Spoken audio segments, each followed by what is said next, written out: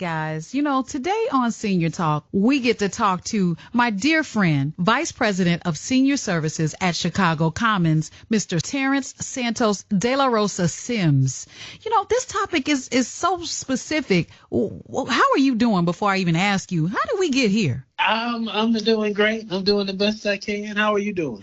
I'm doing swell-tastic. I think I'll be doing even better now that you brought technology into the fold. It's a great topic. I want to dive right into it. It's on cutting edge for all of us in today's time. You can't really live at least in America without it. In my opinion, technology can either feel like a superpower or a secret language that was written by somebody's kid. Let's get into it. If you are looking at everywhere that we go, everywhere we turn, there has been an app, a device, or even digital tools that are supposed to make life easier.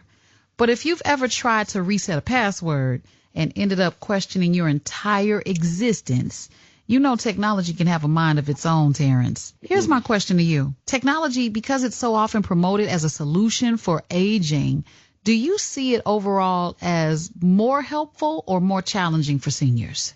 Well, I think technology is overall more helpful than challenging for seniors when it's designed and introduced thoughtfully. Technology can improve quality of life by helping older adults stay connected, manage health conditions, maintain independence, and access services to their home, from home, actually. Video calls reduce isolation. Smart devices can assist with reminders and emergencies. Telehealth is huge, makes healthcare more accessible. At the same time, technology can become frustrating when devices are overly complicated, constantly changing, or not designed for older users in mind. The biggest issue is often not the technology itself, but the lack of clear support, training, and patience during the learning process. I think for many adults, especially older adults, the dream is to remain in their homes for as long as possible. And you and I have talked about that just a few weeks ago. Technology can serve as a quiet helper in the background, watching over loved ones, because I actually use my smart device at home to peer in with my father. In what ways has technology improved safety, access to care, or even independence for older adults? It's improved safety in various ways and independence. So from a safety standpoint, medical alert systems, fall detectors, GPS tracking for people with memory loss, and smart home device pendingly and aging in place. Access to healthcare. Telehealth appointments allow seniors to speak with doctors from home, especially helpful for those with mobility or transportation challenges. Online prescription refills and patient portals also make healthcare management easier. From an independent standpoint, voice assistants, medication reminders, grocery delivery apps, rideshare services, online banking help older adults manage daily tasks without really relying heavily on family members and caregivers. And then I think it's just the social connection part. Video calls, FaceTiming if you have an iPhone, messaging apps, social media can reduce loneliness and help seniors to stay in touch with loved ones and friends. Sometimes it's not that seniors can't learn technology, but the buttons are everywhere and there's so many of them and the instructions are confusing and it can be overwhelming. One wrong click and your whole screen looks different. What are the most common frustrations or barriers seniors face when it comes to using technology? Kind of speaking to what you just mentioned, I think complexity. Some devices and apps are they have confusing menus or templates on it, small text. A lot of features. In some respects, it may seem like too many features. Fear of making mistakes. Many seniors worry that they will break something or accidentally lose important information if not really aware of how things work. I think frequent updates and changes, interface change often forcing users to relearn tasks and repeatedly. Physical limitations, vision, hearing, memory, challenges can actually make technology seem a little bit harder. And I think the lack of confidence or training, some older adults did not grow up using digital technology and may feel intimidated or embarrassed by asking for help. And then, of course, we have security concerns. A lot of seniors, and not just seniors, but people kind of in general, with scam calls, phishing emails, fake websites create fear and mistrust around online activity and online users. You got to have patience to actually help someone who is not familiar with technology. And when family members try to help, they often move too fast. Before the senior even knows what happened, you're already showing them that, okay, this is how you change the password. And wait, you got to go back here. And it's too much going on. So how should families approach helping seniors learn technology and protecting them from scams at the same time? Well, families should approach technology support with patience, simplicity, and ongoing protection from scams. When teaching technology, introduce one tool or a skill at a time instead of overwhelming seniors with too many apps or devices all at once. Use clear written instructions, sometimes with large print and maybe step-by-step guides. I think is very helpful. Encourage hands-on practice and repetition. Avoid taking over the device. Allow that senior to practice independently without you kind of hovering over them while still offering support if they need it. Focusing on tools that provide meaningful benefits, such as video calling, family members accessing healthcare. And then I think what's really, really important to keep in mind, again, and this is really going viral as far as, protecting seniors from scams. Teach them never to share passwords, banking information, or social security numbers through phones, texts, or emails.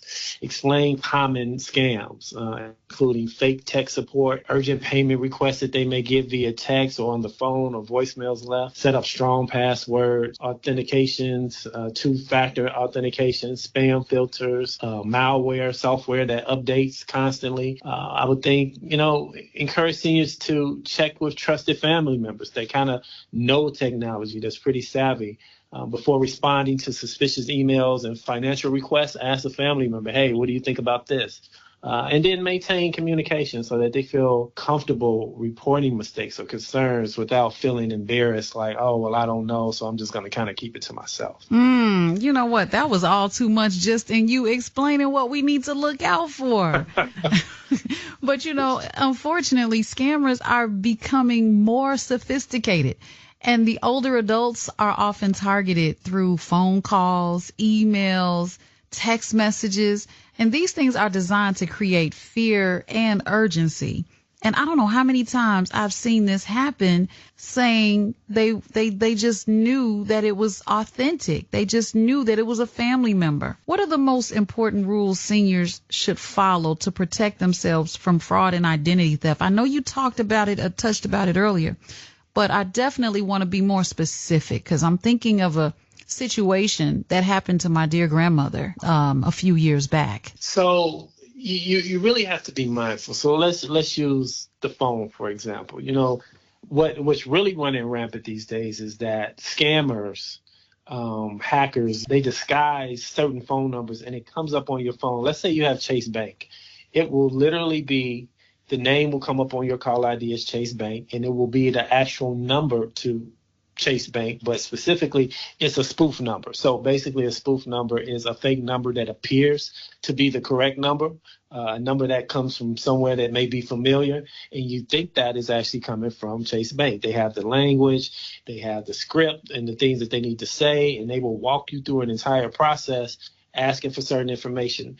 Banks, for example, will never ask you for your social security number over the phone. They will never ask you direct questions like, where do you live? Can you verify certain maiden last name, or, a trick question or a private question or a secret question. Where'd you go to high school, or where did you grow up? What's your mother's maiden name? Those type of things. But when you think that it's authentic and it's coming from a known familiar location, or in this case, we're talking about like a bank using Chase, for example, not to pick on Chase, but it has happened repeatedly, and you think it is authentic, and then you give them the information, and then they tell you what you need, and then they end the call. They're very polite, and they walk you through. They seem very patient, and before you know it, money's drawn out of your account, and you don't know where it went, and now you have to deal with all the complications of contacting your bank, reporting fraud, and then it can be a process. And in most cases, you can get your money back, but a lot of times it takes a while. And who wants money taken out of their account that they earn, that's theirs, that they have to wait to get back because somebody scam them out of, some money. So yeah, this is so sad. So sad that people spend such great talent doing such horrible things. Technology should just be a bridge, not a barrier. I'm just thinking, like, if seniors have the right support, patience, and education, even for us, seniors can actually use these tools to stay connected and stay safe. We always want them to have advancements. Terence, thank you so much once again for helping us make sense of a world that seems to update itself every, 5 minutes or so. How can people find out more about Chicago Commons? Absolutely. They can reach us at 773-373-5055, or you can reach us on the web at www.chicagocommons.org. That's right. Terence Santos de la Rosa Sims, who is the Vice President of Senior Services at Chicago Commons. Make sure you guys tap in with Chicago Commons. Thanks, Terence. Thanks a lot. Appreciate you.